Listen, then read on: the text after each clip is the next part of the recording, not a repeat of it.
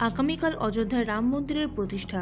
তার আগে রবিবার নন্দীগ্রাম বিধানসভার 2 নম্বর ব্লকের সিদ্ধেশ্বরী বাজার থেকে মন্দির পর্যন্ত সনাতনী শোভাযাত্রা করলেন বিজেপি শুভেন্দু অধিকারী।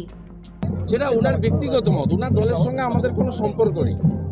তো আমরা যেটা মনে করেছি যে সিপিএম কংগ্রেসের মতো কলকাতায় দোস্তি আর দিল্লিতে, কলকাতায় কুস্তি, দিল্লিতে দোস্তি।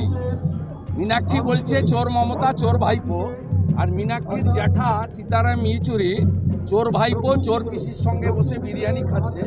এই কাজটা অন্তত নওশাদ সিদ্দিকী বা তার পার্টি করছে না। তার পার্টির নীতির সঙ্গে বিজেপির কোনো সম্পর্ক নেই।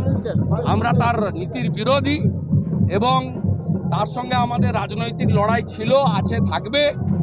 এবং আমরা ডায়মন্ড হারবারে নওশাদ সিদ্দিকীকেও হারাবো এবং বিজেপি, এটা সাংসদ হিসেবে, বিধায়ক হিসেবে তার 2 বছরের অভিজ্ঞতার ভিত্তিতে সে হয়তো বলে থাকতে পারে, এটা তার ব্যক্তিগত মত।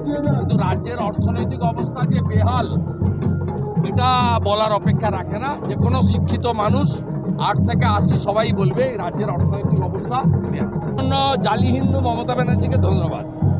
উনি যদি পশ্চিমবঙ্গে এই ধরনের বাধা না দিতেন, মানুষ এত রাস্তায় বেরোত। ধন্যবাদ মমতা ব্যানার্জিকে, তিনি দাঙ্গা মিছিল,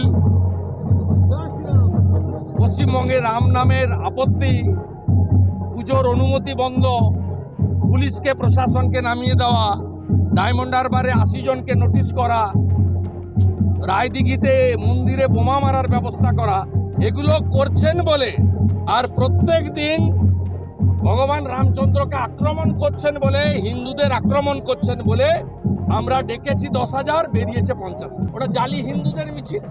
চোরেরা হাঁটবে বিকালবেলা, চোর মমতার নেতৃত্বে হাজরাতে শুরু করবে, পারসার কাছে গিয়ে নামাজ পড়বে।